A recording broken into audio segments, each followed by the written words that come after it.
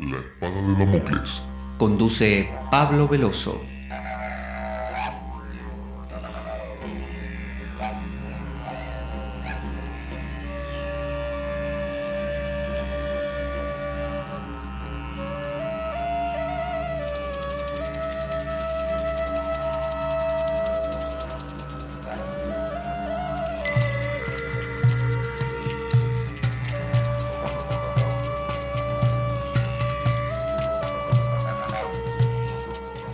Tal como lo cortés no quita lo valiente, así lo hilarante no quita lo profundo. Y dado que la vida es un juego, aquí comienza La Espada de Damocles. La ficción más real que puedas concebir. La Espada de Damocles es un programa que por mera falta de objetividad cree ser diferente. Personajes mitológicos salidos de los más profundos avernos. Leyendas escabrosas y sin sentido. Curiosidades inquietantes e inútiles.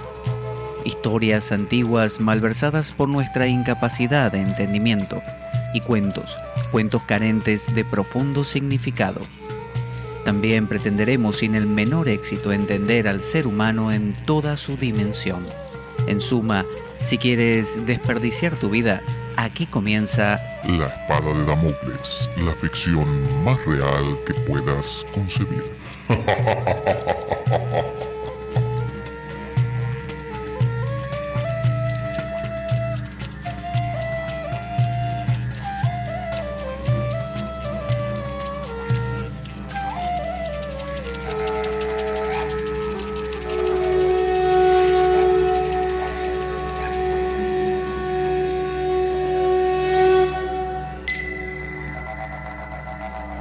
La espada de Damocles.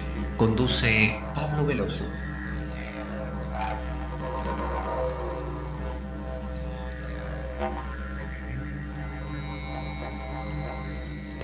Buenas para todos. Aquí estamos en La Espada de Damocles. Quien les habla, Pablo Veloso, para recorrer hoy, o comenzar a recorrer, un texto muy interesante que pertenece, en este caso, a la tradición del yoga.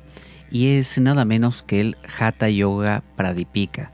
Hatha Yoga Pradipika es un texto clásico del yoga y la intención de recorrerlo es comprender qué es lo que nos cuenta, qué es lo que nos ofrece, porque a veces resulta que cuando nos dedicamos a, por ejemplo, a una práctica del yoga, creemos estar siguiendo ciertos lineamientos antiguos, basados en las escrituras hindúes, y en realidad quizás estamos siguiendo los lineamientos de un gurú determinado que hizo algunas modificaciones, arreglos y mejoras, y dista mucho de ser aquella cosa antigua.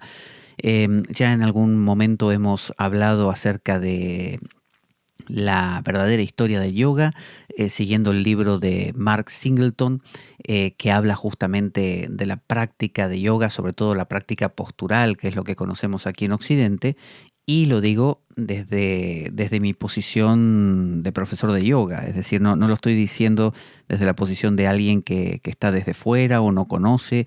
Yo me dedico a eso. Y me interesa ahondar en estas raíces y también compartirlas. Entonces, ¿de dónde viene este Hatha Yoga Pradipika? ¿Qué es este texto? Bueno, es uno de los 3 o 4 textos que nos han llegado de la época medieval. Son más o menos del siglo XIV, XV y XVI de nuestra era, o sea, después de Cristo.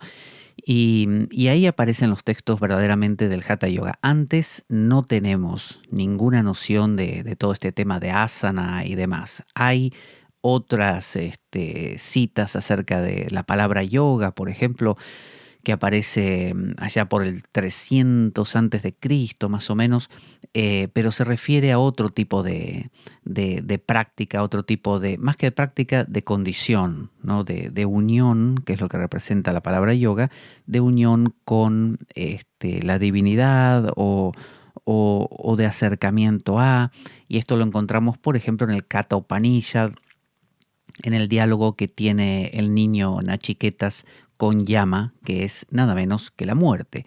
Entonces, ahí tenemos una noción inicial del yoga, pero nada que ver con una clase de yoga, que de hecho una clase de yoga, una clase con muchos alumnos y un profesor, es un oxímoron, es una contradicción de términos, pese a que yo me dediqué a eso.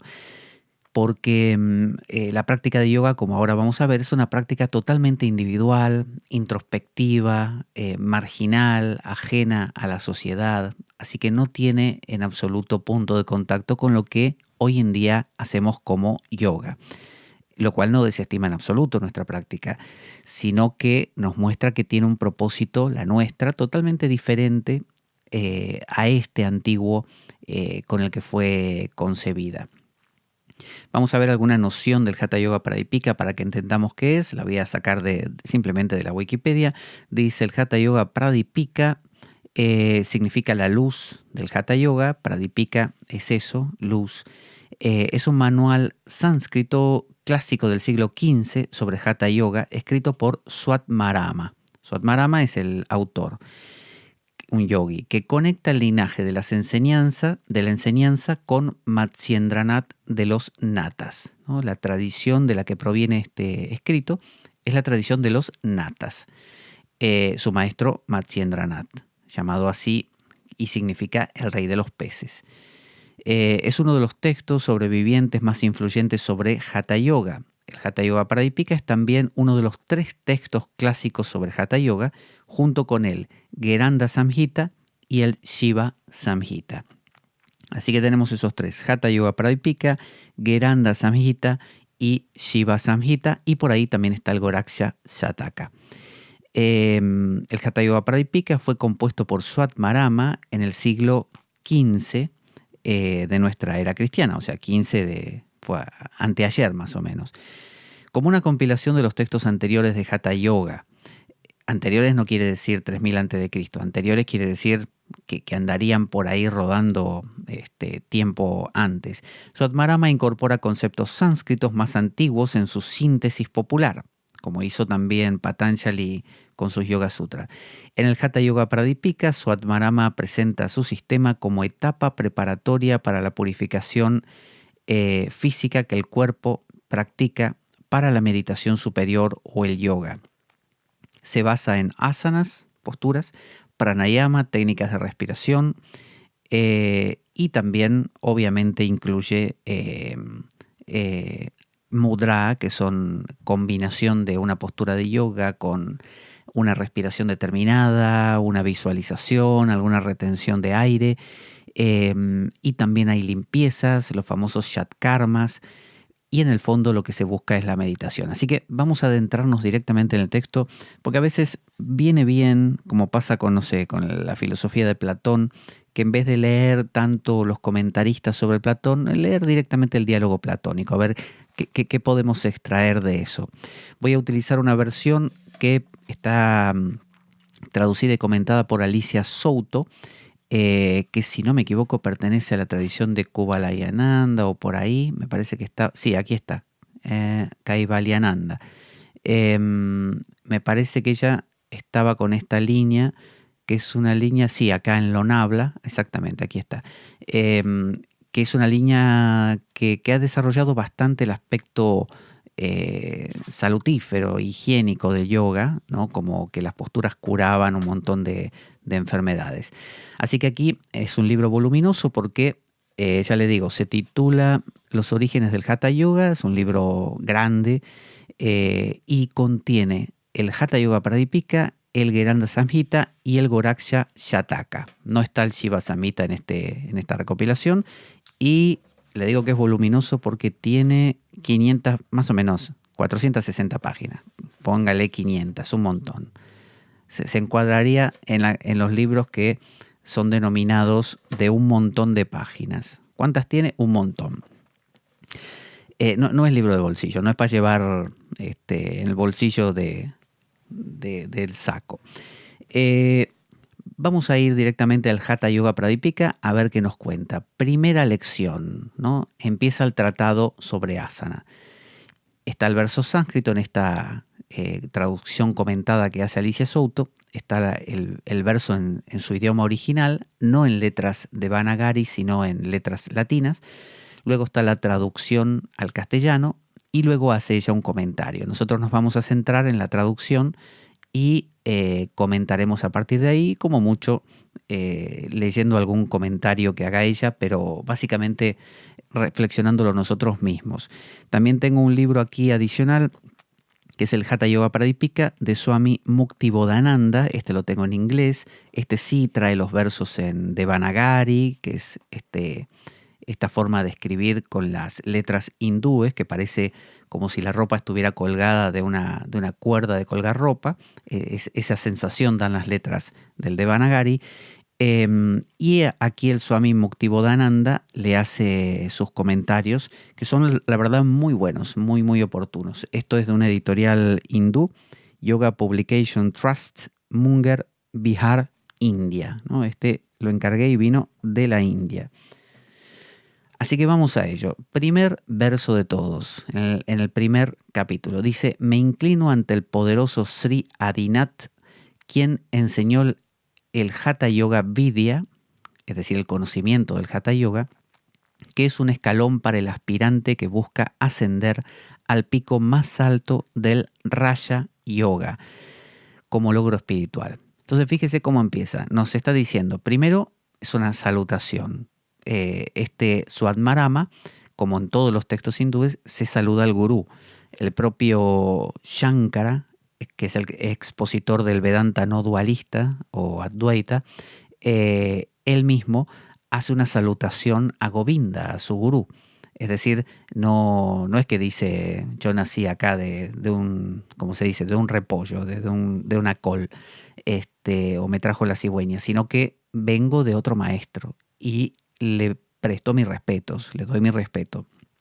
Esto está mostrando que esto pertenece a una tradición. Él está diciendo yo no me lo inventé esto. Y además está diciendo que esto viene de Sri Adinath. Y Sri Adinath es Shiva, ¿no? Como diciendo esto no tiene un origen humano, tiene un origen divino. Es como si uno dijera al escribir un fragmento de la Biblia que esto proviene directamente de la gracia de Dios, ¿no?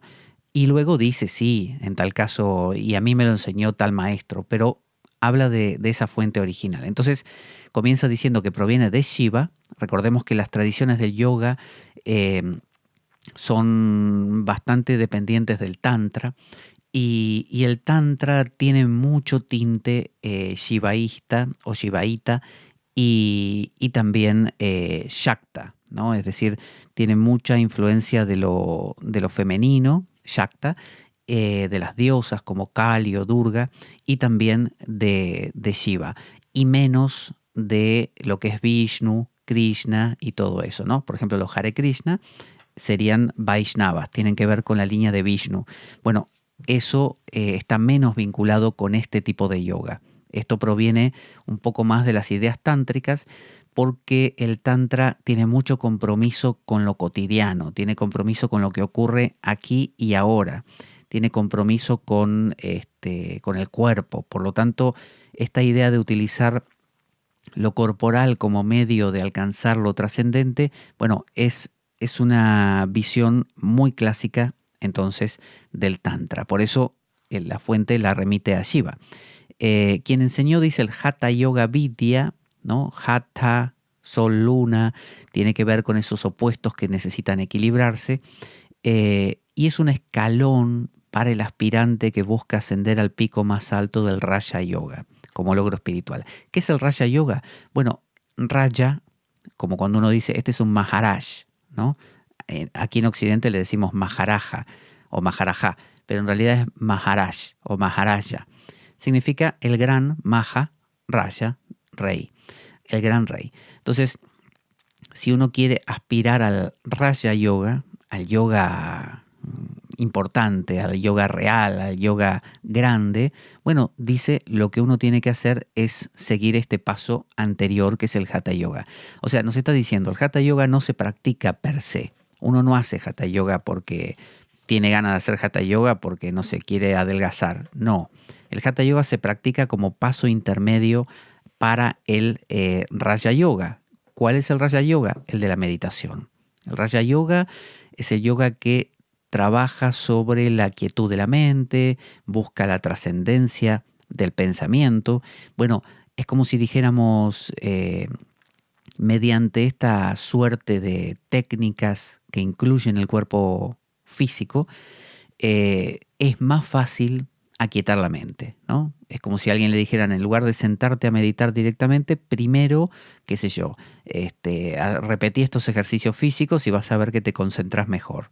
Entonces, el Hatha Yoga no es una práctica para hacer de por vida, no es una práctica para que lo hagas todos los días de tu vida, de aquí hasta que te mueras, como hacemos aquí en Occidente.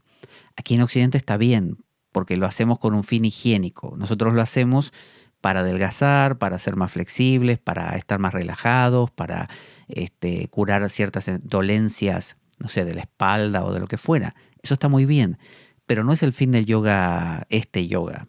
El yoga de Swatmarama y el yoga de toda la tradición hindú tiene como fin meditar, tiene como fin aquietar la mente y alcanzar un estado de trascendencia, ¿no? Tocar a Brahman, a lo absoluto. Ya lo perfilaba en el Yoga Sutra Patanjali, que nos decía que el fin del yoga es el Kaivalya, ¿no? La independencia total de el Puruya, de las garras de Prakriti, ¿no? De la naturaleza, de todo lo creado. Como toda tradición, ¿no? Mística, lo que busca es despegarse de lo habitual, de lo múltiple, de lo plural, que te obnubila y no te deja ver aquello otro. Pero no para irte y no volver más, sino para regresar, pero, porque recordemos que todo el tema de Kundalini y el yoga tiene que ver con elevar Kundalini, bajar Kundalini, elevar Kundalini, bajar Kundalini. Por lo tanto es solve et coagula, disuelve y cuaja, como en la alquimia. Entonces, no hay una división entre Hatha Yoga y Raja Yoga, son una continuidad. Uno lleva al otro, ¿no? El Hatha Yoga te prepara el suelo para el Raja Yoga. Alguien preguntará, ¿y qué pasa? ¿Puedo enfocarme directamente al Raja Yoga sin el Hatha? Perfectamente. Solo que el Hatha te ayuda, te prepara, te facilita. Segundo verso, dice, luego de haber rendido tributo a su señor y gurú, el yogi Swatmarama enseña la ciencia del Hatha Yoga únicamente para la obtención del Raja Yoga.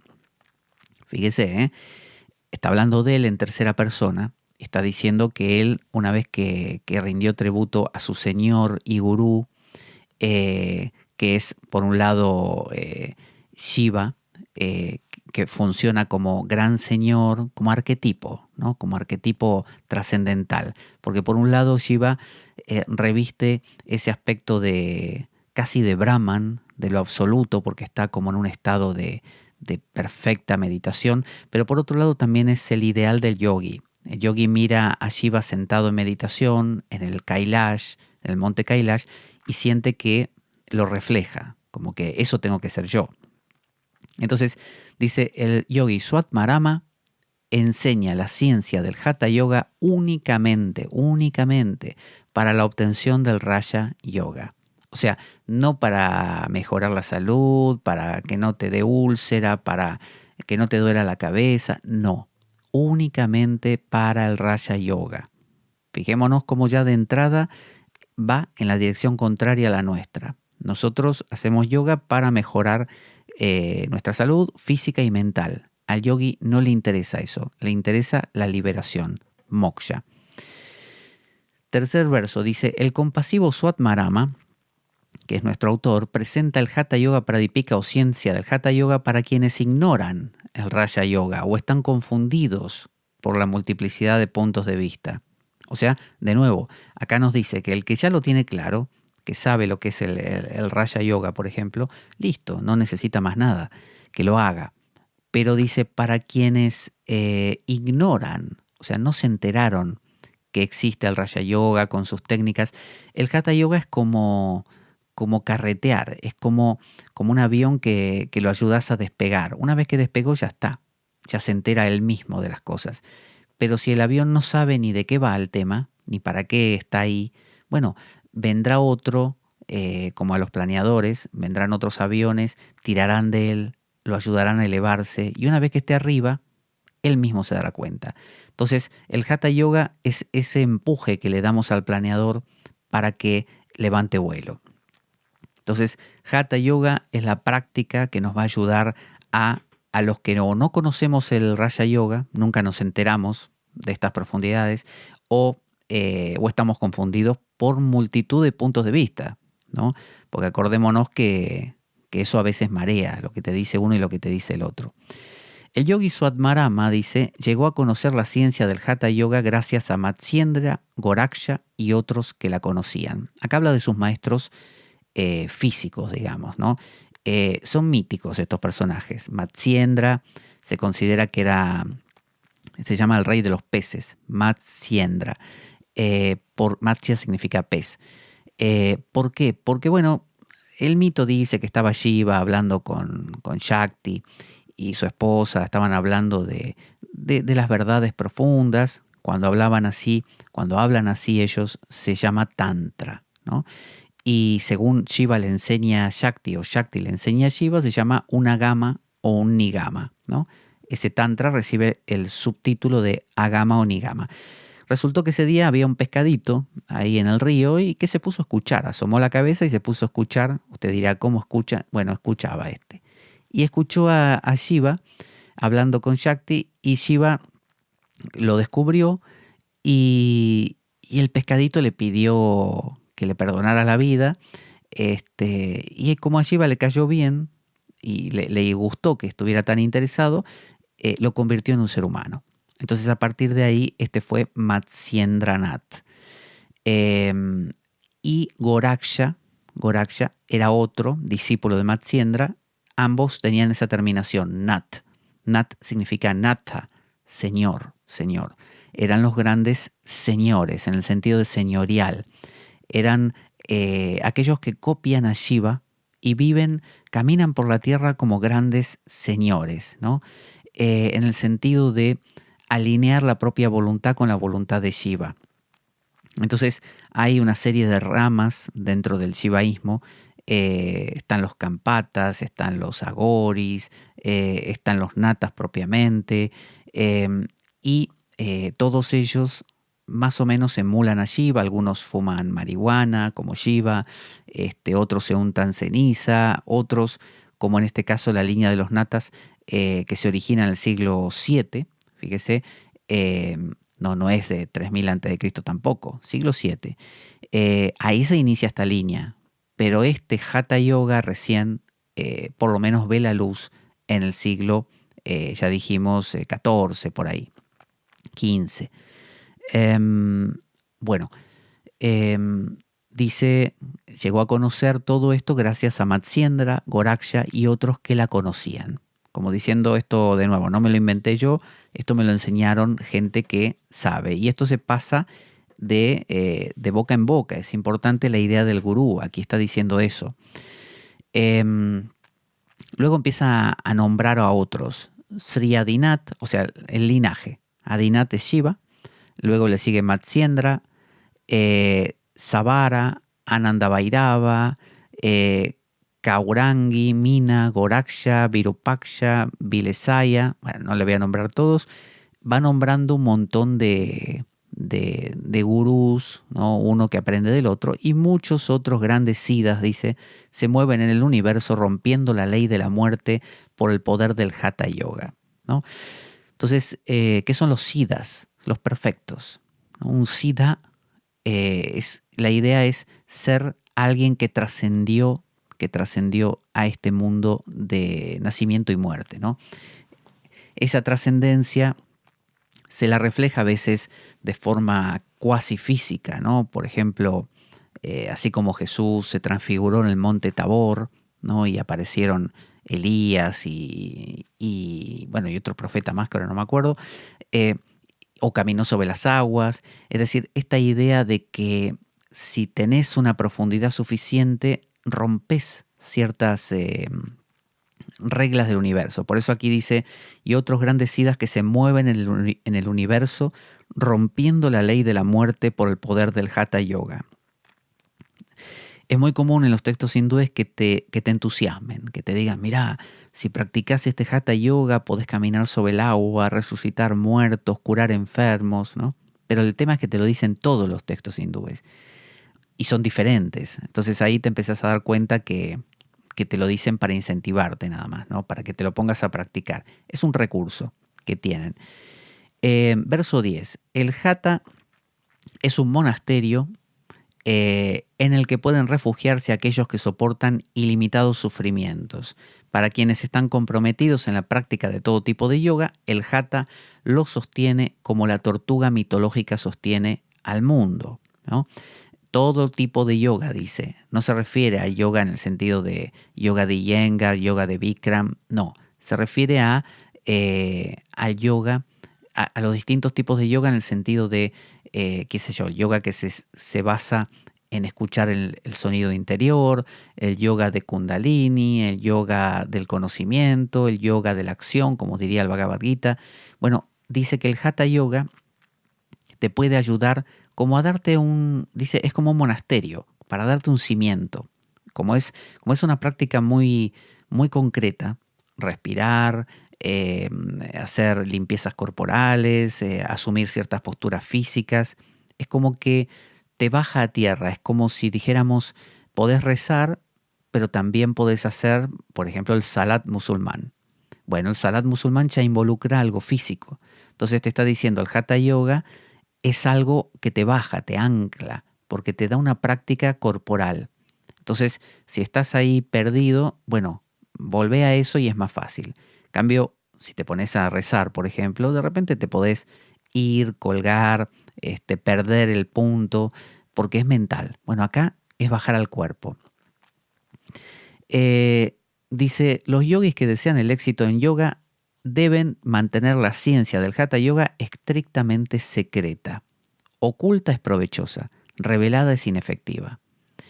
Ahora, uno dice, ¿por qué? ¿Por qué no puedo contar esto del yoga? Bueno, entendamos que el yoga es un camino místico. Si uno habla de cosas muy profundas con gente que está en otro nivel, gente que está en el nivel de me voy a pasear al centro comercial, me bebo una cerveza o que no está mal, para nada. Lo que digo es que gente que viva en un nivel que no lea, que no estudie, que no profundice, que no se haga preguntas, lo que uno va a lograr es que esa gente te desestime lo que estás haciendo y si tu confianza en tu práctica no es muy grande, bueno, te van a terminar arrastrando, ¿no? Entonces, como sabemos que funciona esto, dime con quién andas y te diré quién eres, lo que te proponen es mantenerlo en secreto. Es decir, no lo andes contando, por lo menos hasta que no estés súper establecido en esto. Si sos un discípulo, ¿no? Alguien que dice, desean el éxito en yoga, o sea, estás en camino, no lo andes contando. Entonces, si uno hace, no sé, meditación, ¿no? Todos los días, o lectura, qué sé yo, de la Biblia, no bajes al supermercado y le cuentes a la cajera que estás leyendo la Biblia todos los días y haciendo la liturgia de las horas, o sentándote a meditar 40 minutos por la mañana y 40 por la tarde.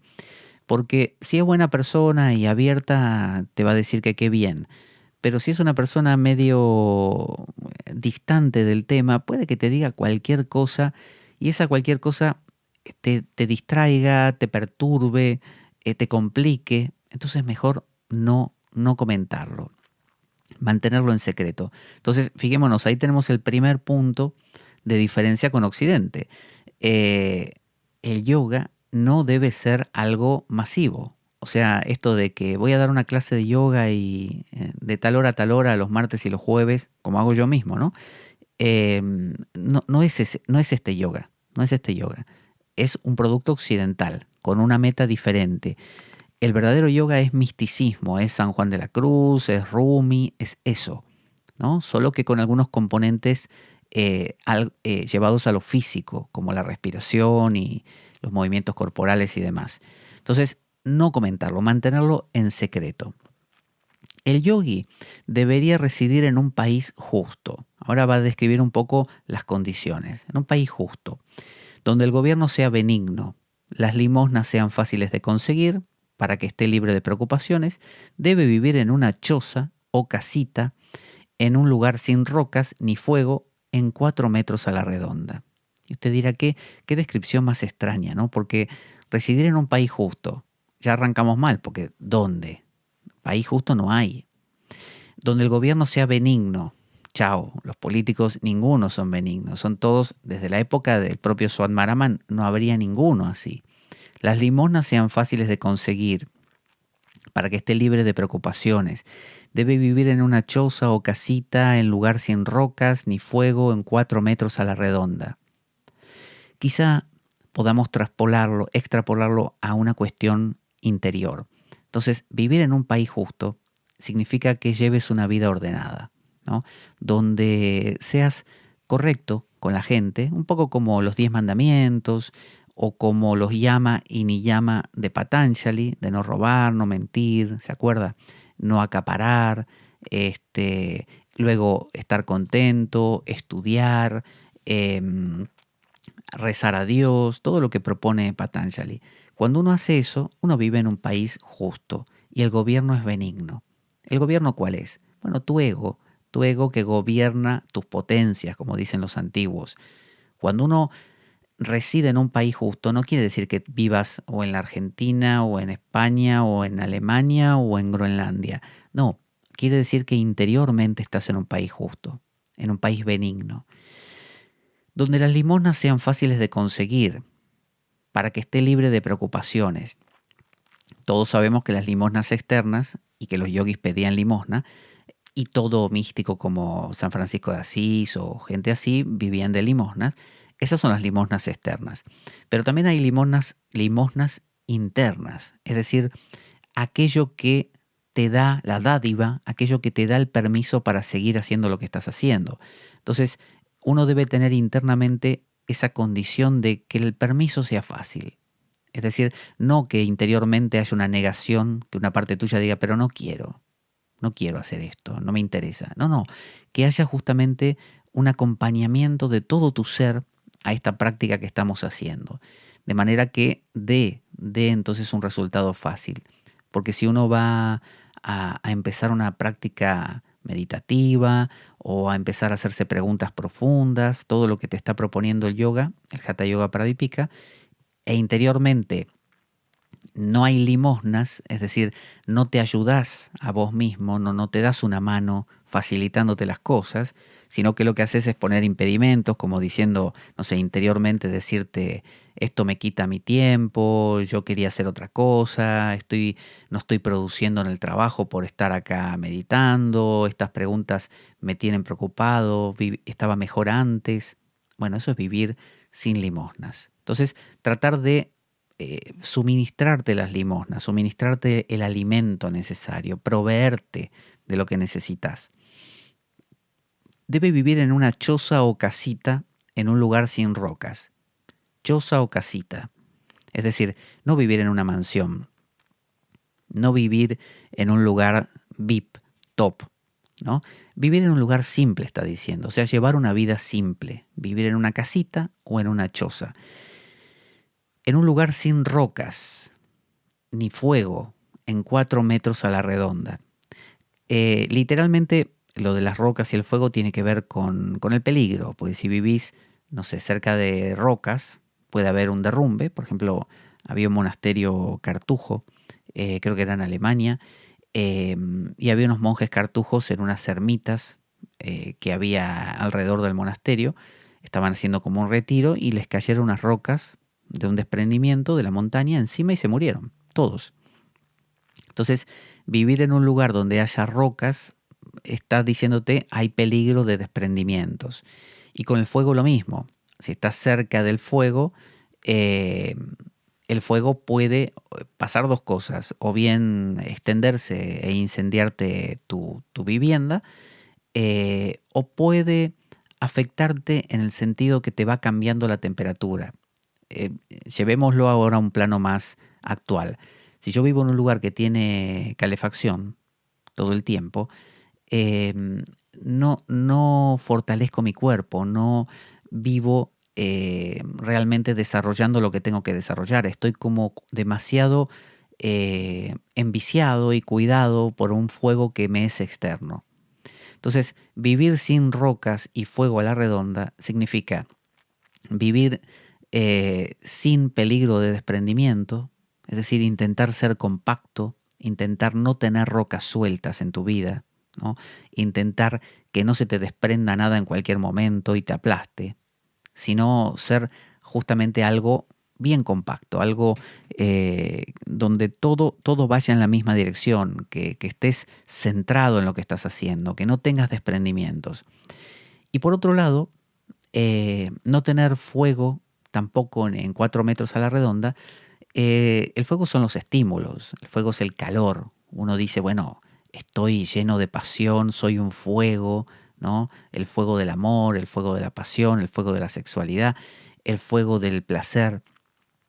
Si uno está rodeado de placeres, no sé, uno dice voy a hacer un retiro y bueno, me pongo internet, me pongo calefacción, me pongo buena comida, me pongo música, bueno, directamente no va a haber retiro porque estás hiperestimulado, tenés fuego por todas partes. Entonces el yogi debe vivir lejos del fuego, o sea, no tenerlo en 4 metros a la redonda. Pero ya vamos a ver cómo también eh, evita los excesos. El Hatha Yoga Pradipika te propone evitar excesos, o sea, para un lado y para el otro. Entonces, choza pequeña, o sea, simple, una choza o casita. ¿Por qué? Porque si llevas una vida compleja, llena de que coche, casa, hijos, perro, gato, canario, no sé, 2 trabajos, vacación, bueno, tu vida es muy complicada.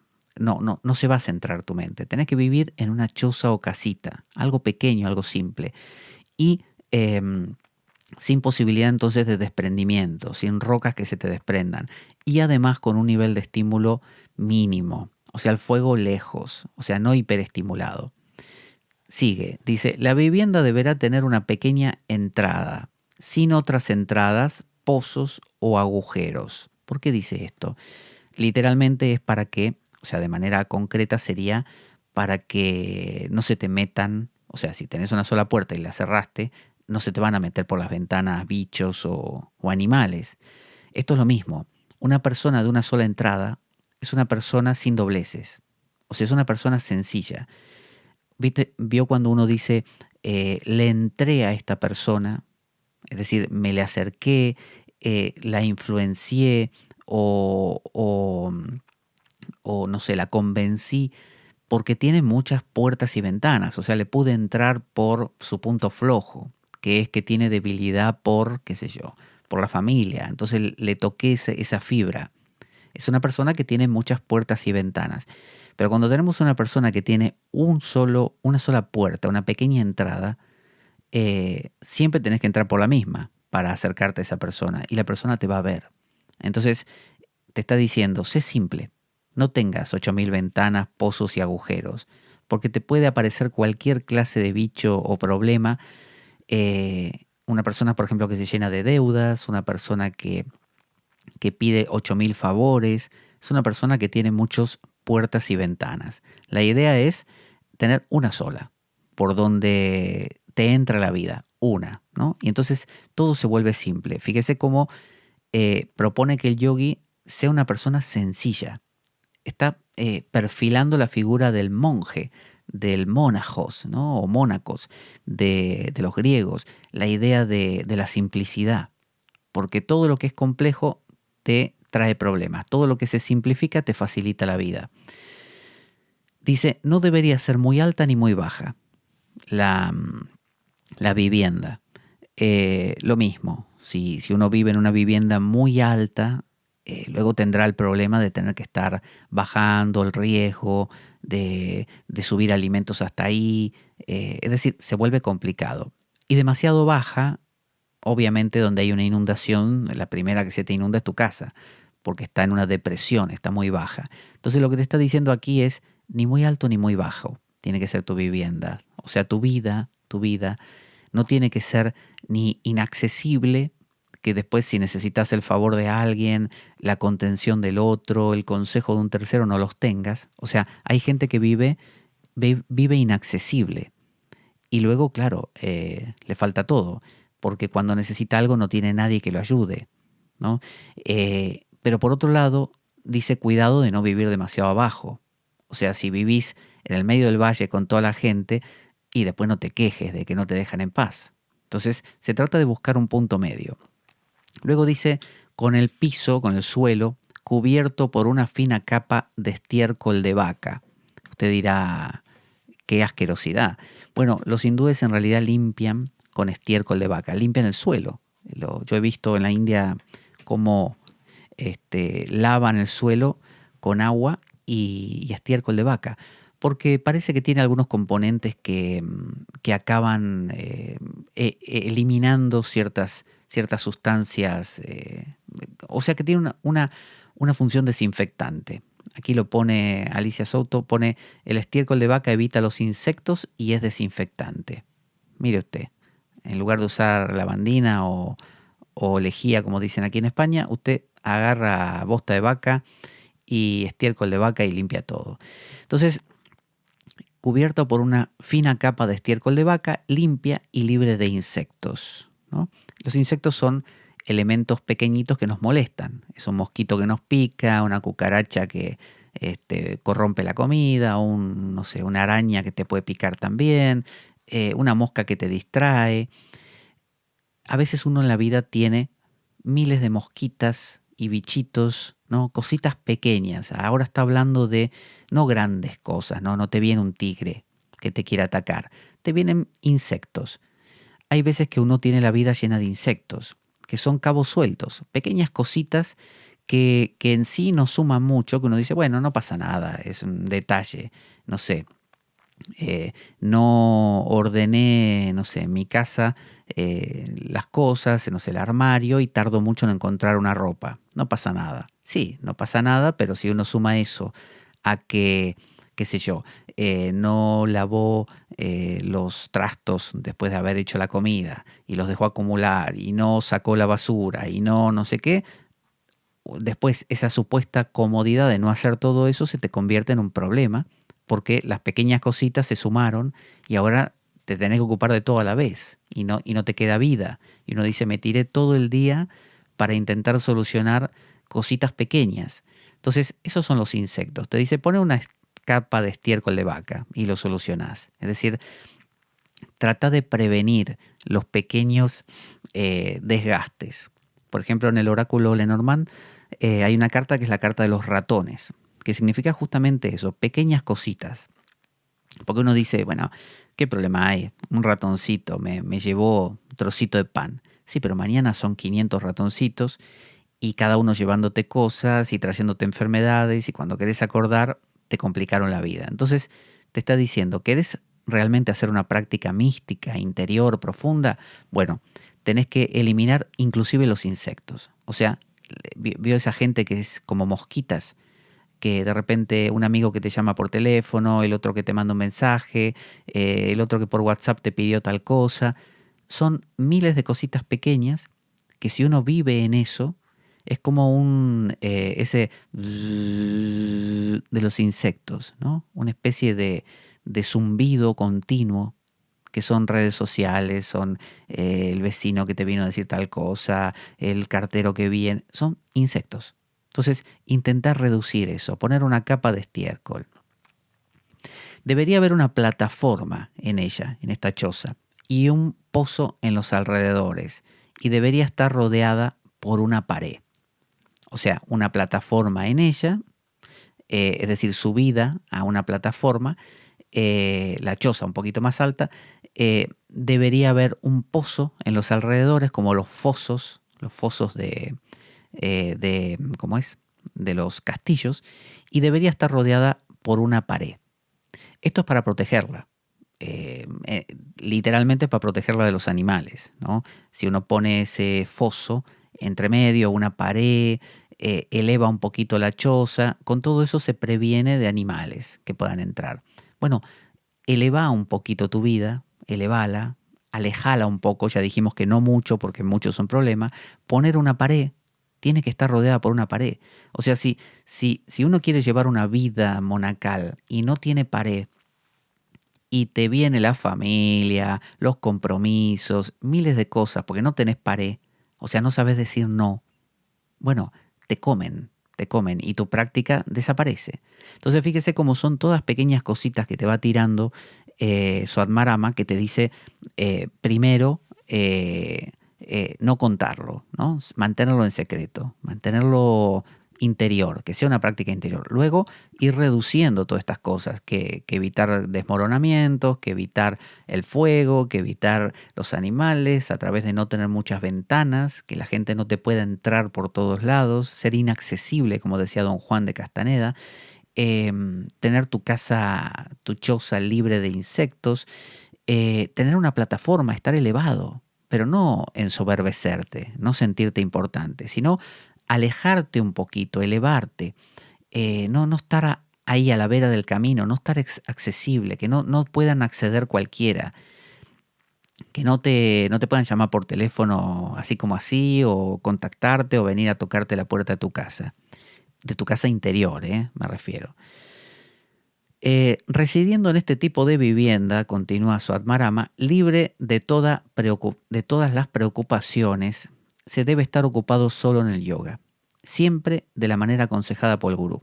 O sea, residiendo en este tipo de vivienda, o sea, hay que vivir acá. No tenés que vivir en la vida común, que es una vida donde tenés todo lo contrario. Está lleno de insectos, de animales, tenés puertas y ventanas por todos lados. O sea, no tenés una vivienda propia. Sos masa. Acá te está diciendo, alejate de la masa. Te está diciendo, convertite en un ser auténtico, diría Heidegger. Porque lo que querés es, como bien dice Leibniz, recogerte hacia las sustancias simples, hacia lo monádico, las mónadas, ¿no? Volver a esa esencia. Entonces, residí en esta clase de vivienda, ¿no? Con todo lo que dijimos. Libre de preocupaciones.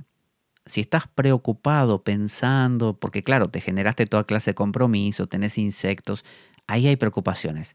Acá te está diciendo Swadharma, si haces todo esto, no vas a tener preocupaciones. Vio cuando viene una persona y nos dice, ay, yo tengo ansiedad y no sé cómo bajarla, no sé cómo tranquilizarme, soy muy nervioso, nerviosa.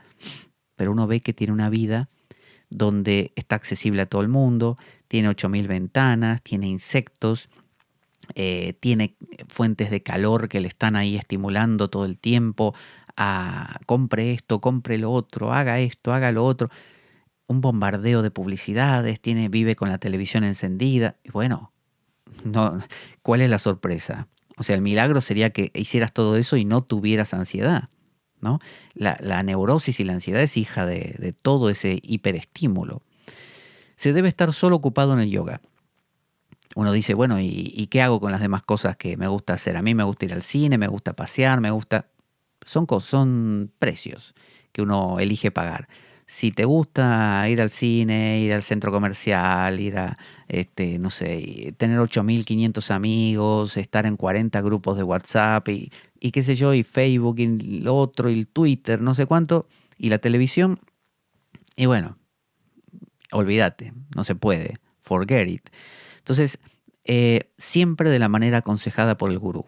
O sea, agrega esta idea de que el gurú o el maestro, que puede ser un libro, puede ser un maestro de carne y hueso, puede ser un maestro tradicional como el propio Swadharma, que a través del Hatha Yoga Pradipika te enseña, es decir, recurrir a la guía de algunos otros que ya han hecho este camino y han encontrado cosas interesantes, porque de lo contrario uno puede, es como si uno quisiera construir un coche y dijera no le voy a preguntar a nadie que haya construido coches antes, voy a empezar yo de cero, porque quiero valerme por mí mismo. Y bueno, te vas a tirar toda la vida para intentar, no sé, hacer una rueda o el volante del coche. Es mejor y más simple aprovechar lo que hicieron otros, subirte sobre hombros de gigantes y a partir de ahí ir avanzando. Entonces, esto es lo que nos propone hasta ahora Swadharma. Hago un paréntesis y le cuento que nuestro programa, la Espada de Damocles, carece de sustento económico externo. Por lo tanto, si quiere colaborar con el programa, puede hacerlo escribiéndome a pablojorgeveloso@gmail.com y le pasaré el enlace de la cuenta de PayPal del programa, así como también la de la cuenta bancaria, por si vive dentro o fuera de España. Y podrá hacer a través de esos medios un aporte que puede ser súper mínimo, mediano, grande, grandísimo. Todo va a servir porque es para justamente la adquisición de bibliografía, que es la que alimenta al programa, y algún material a veces que hace falta de lo que tiene que ver con lo electrónico. Desde ya, muchas gracias por ello. Voy a beber un poquito de agua. Ahora nos va a decir Suadmarama qué nos complicaría, qué nos traería problemas en esta intención que tenemos de avanzar en el yoga, de alcanzar esta profundidad, de llevar una vida mística. Entonces dice así en el 15, verso 15, capítulo primero. El yoga se torna inútil por 6 causas. Así que vamos a ver los 6 inconvenientes, los 6 obstáculos que podrían aparecer en nuestra vida y que irían en detrimento de nuestro intento de crecer espiritualmente y tener una vida mística. Primero, comida excesiva, ¿no? Entonces, acuérdense que esto tiene una lectura literal y una lectura alegórica, simbólica, metafórica. Entonces, literal, obviamente, quien come mucho, después o bien engorda mucho y no se puede ni mover, o está, o tiene problemas de salud por comer demasiado, o está adormilado, porque cuando uno come mucho, no sé si ha intentado meditar alguna vez después de comer un plato de tallarines, y cuesta porque cuesta entre respirar y además uno se va cabeceando ahí porque la sangre se utiliza para hacer la digestión y se quita del cerebro, o sea, en una proporción, y uno empieza a adormecerse. Pero, ¿qué es comida excesiva a nivel metafórico? Bueno, comida excesiva es atiborrarte demasiado. Por ejemplo, leer demasiado, informarte demasiado, es incluir a través del oído, de los ojos, ver demasiado. Porque uno dice, sí, pero estoy viendo películas o documentales. Sí, pero quizás es demasiado lo que estás haciendo. No hace falta tanto. La frugalidad y la austeridad son la base en estas cosas. Entonces, hay un dicho que dice exceso de bueno, malo. Entonces uno dice, beber agua es bueno. Y sí, pero si te bebes 20 litros por día, te vas a dañar los riñones. Entonces, comida excesiva. Eso se extiende a todo, el yoga mismo.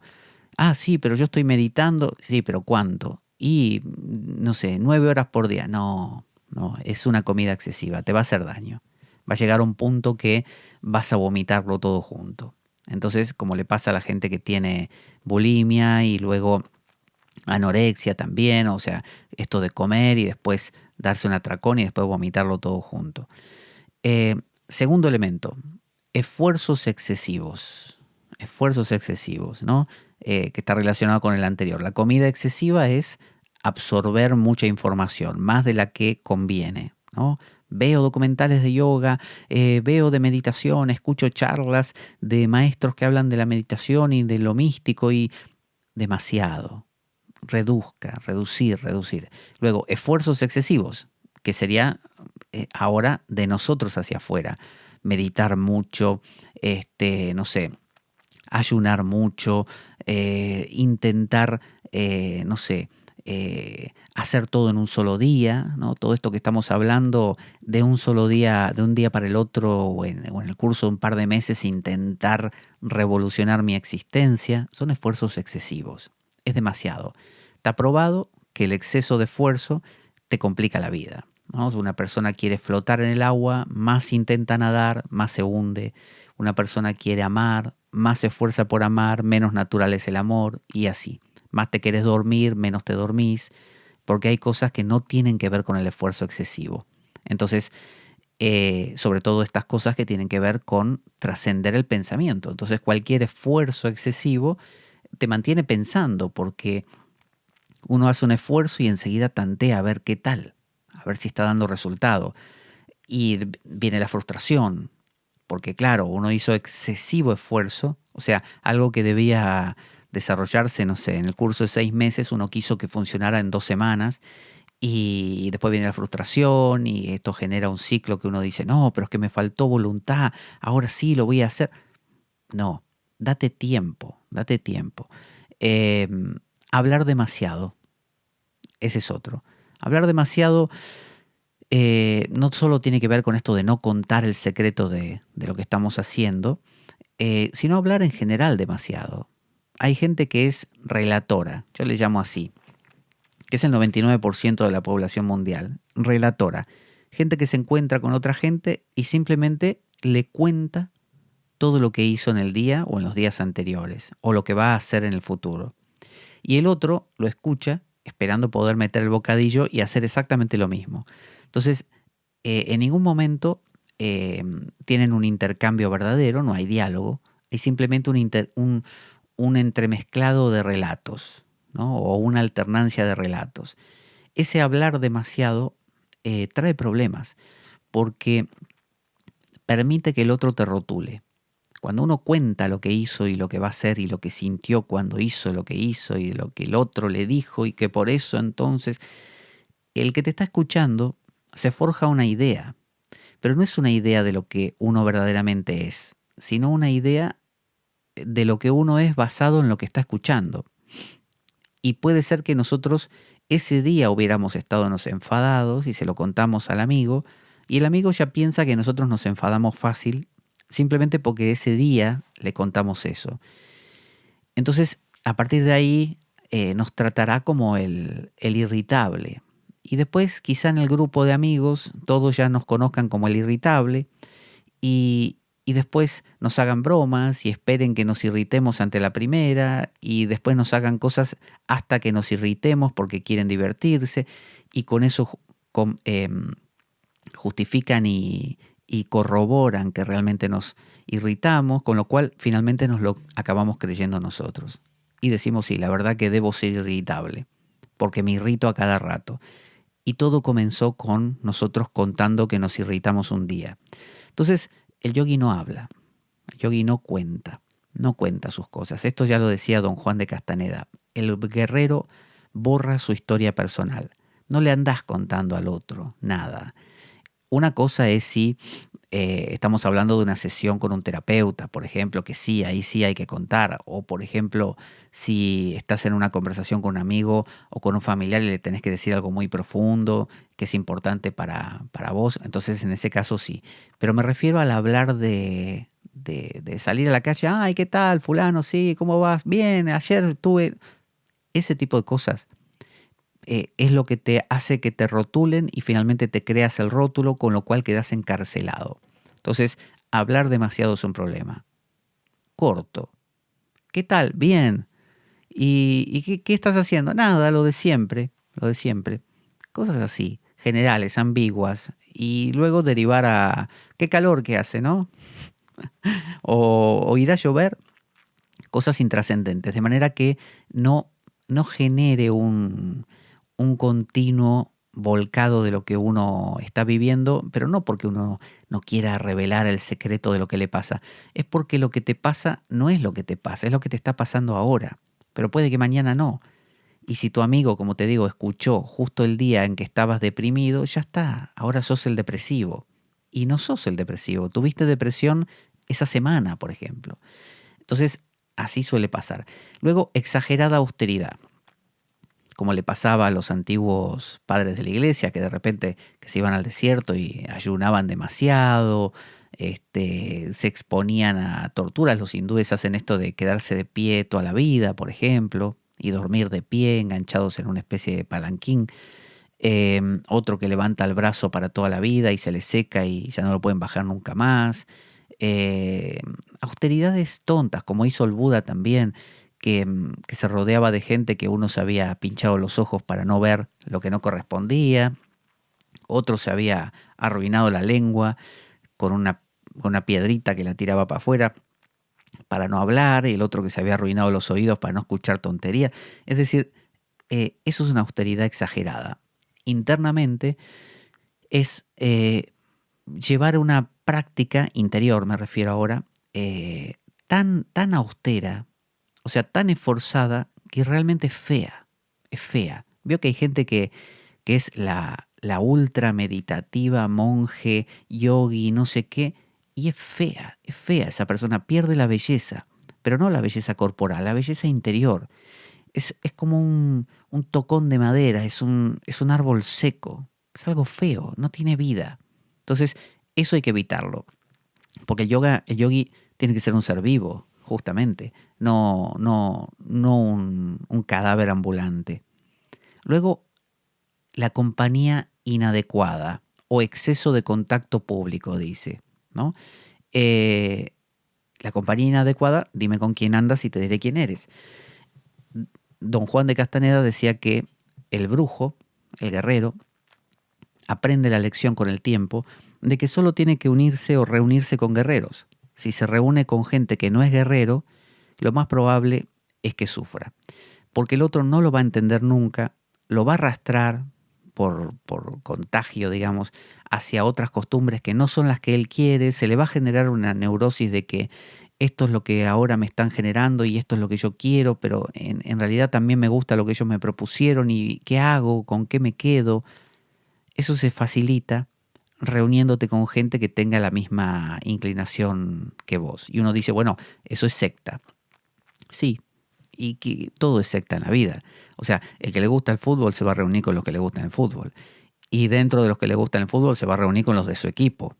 Y dentro de los de su equipo, los que tengan ideas similares acerca de los jugadores de su equipo, ¿no? Y así, el que es cristiano se reúne con cristianos, no se va a reunir con musulmanes normalmente. Y el que es cientificista y le gusta la ciencia se va a reunir con otros que piensen así. Y así, o sea, uno no busca amigos que sean del punto de vista contrario, ¿no? Si uno es de izquierdas, no va a buscar amigos de derecha normalmente. Podés tener uno, pero porque lo tenías de antes y después se metió en eso. Pero en general uno se une, se siente cómodo con lo similar, porque refuerza tu inclinación. Esa es la idea. Entonces, dice compañía inadecuada o exceso de contacto público. Entonces, cuidarse de ambas cosas, de reunirte con los que no te convienen porque te llevan en otra dirección. Acordémonos que el yoga es un camino monástico, monos, monajos, el que va en una dirección determinada. El yogi busca el kaivalya, la independencia de Prakriti, por lo tanto tiene que estar centrado, tiene que estar como una flecha en el medio de la diana. Entonces, cualquier distracción te saca. Entonces, y te resta energía.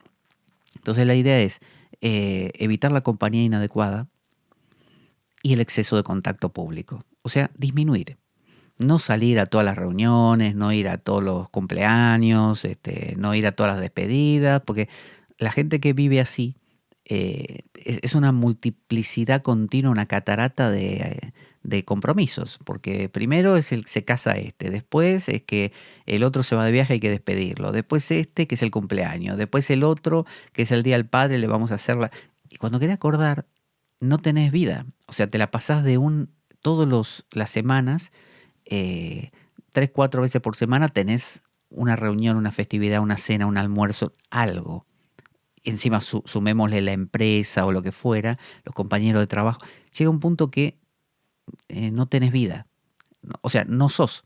Por lo tanto, ese fin, esa meta que buscabas del yoga, la perdés por completo.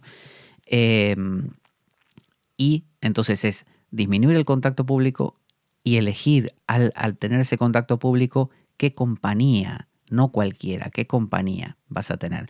Si lo llevamos internamente, la compañía son los buenos pensamientos. O sea, ¿de qué pensamientos te rodeas? ¿De pensamientos de odio al vecino? ¿No me cae bien fulana? ¿O qué pensamientos? Esos no te van a llevar a la misma meta que el yoga te propone. Hace falta entonces elegir tus compañías, tus pensamientos y disminuir los pensamientos también. O sea, no estar todo el día pensando en esto y en lo otro, y ay, porque me dijo, y qué voy a hacer, y si me dice, yo voy a... Eso, disminuirlo.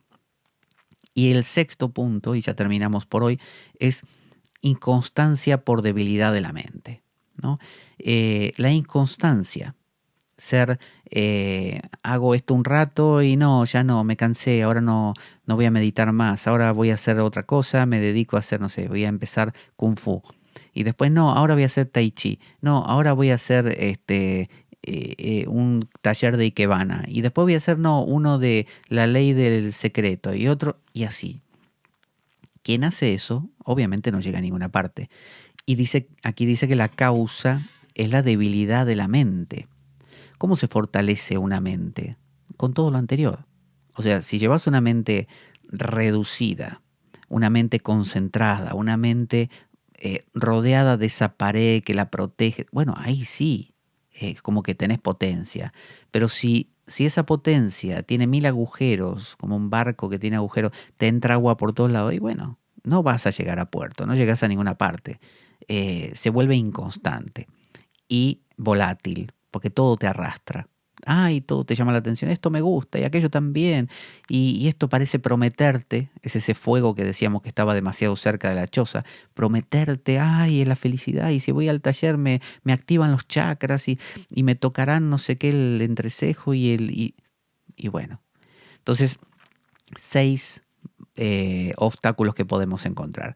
Continuaremos en la siguiente ocasión con el Hatha Yoga Pradipika, que nos muestra qué es el verdadero yoga, ¿no? El Hatha Yoga del que estamos hablando, el que siempre se practica en los lugares de yoga, como yo mismo que doy clases de yoga, aunque sea un oxímoron. Y bueno, aquí estamos viendo cuáles son las bases verdaderamente.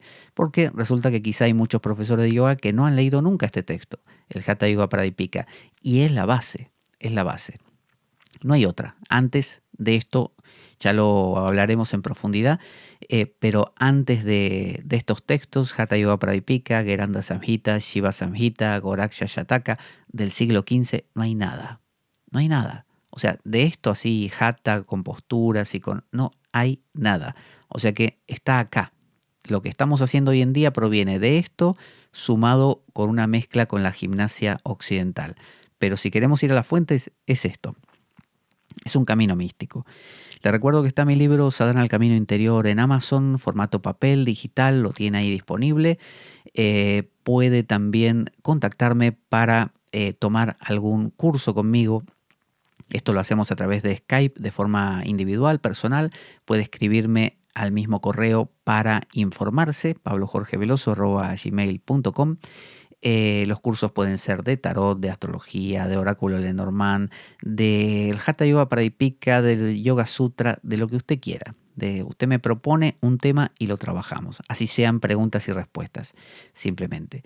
Y también está el reordenamiento vital, que ya no tiene tanto que ver con aprender algo, sino con resolver algo. Y ahí es donde yo no es que dé consejos, sino que a través de preguntas que yo voy haciendo, vamos aclarando el tema que el consultante plantea y viendo entonces mejores maneras de poder tomar acertadas decisiones.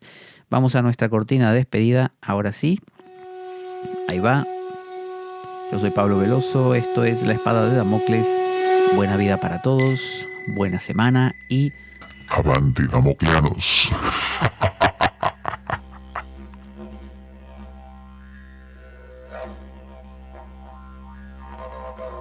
La Espada de Damocles. Conduce Pablo Veloso.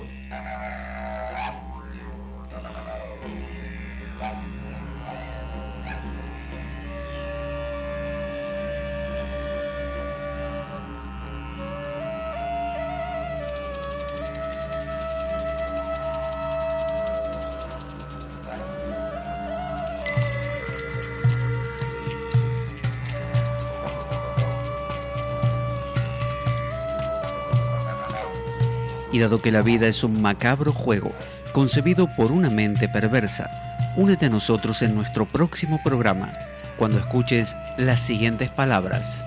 La Espada de Damocles, la ficción más real que puedas concebir. Buena vida para todos, buena semana y... Avanti Damocleanos.